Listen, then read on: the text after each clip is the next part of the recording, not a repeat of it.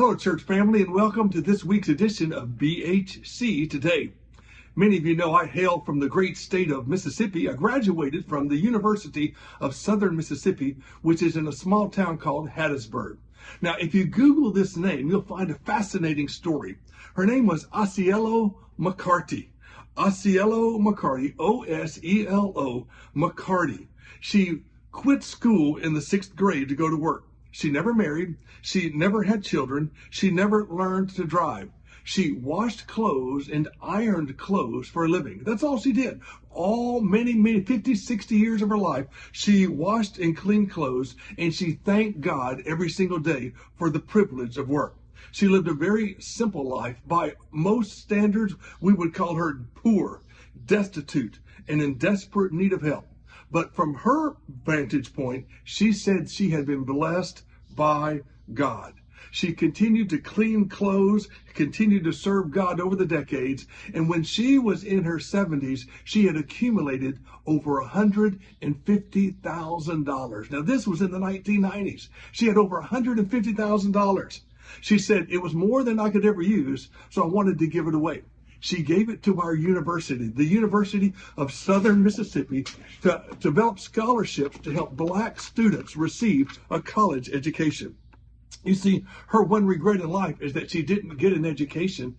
They offered to give her a statue. They offered to name a building after her. She said, no, I want to enable some young black students to get a college education. Her only request was that she be given the opportunity to attend a graduation of a student who got a degree because of her gift. Oh, the president of the university said it was the most amazing gift he has ever seen anyone give. Now, many people would give out of their excess. She gave everything that she had. It was called the gift of giving.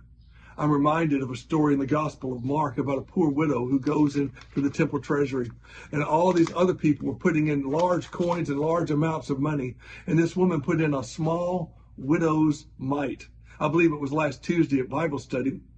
Irene Luna showed me a coin. She said, Pastor, do you know what this is? I said, no. She said, it's a mite. It's like the widow used in the Bible. You see, it reminds us that this woman who gave the small widow's mite, Jesus said, this woman has given more than all of the rest combined. Why? Because the others gave out of their excess. She gave out of her need. Let me ask you a question. How's your giving? Do you give out of your abundance, or do you give out of your need?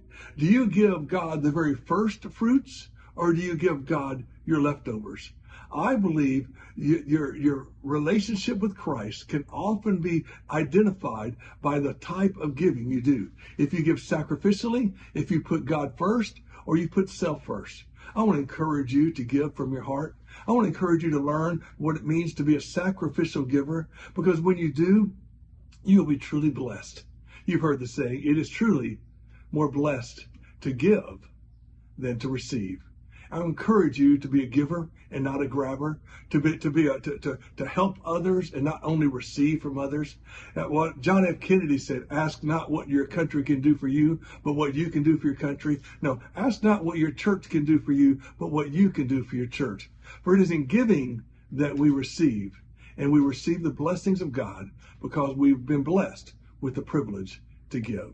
May God bless you today and be encouraged.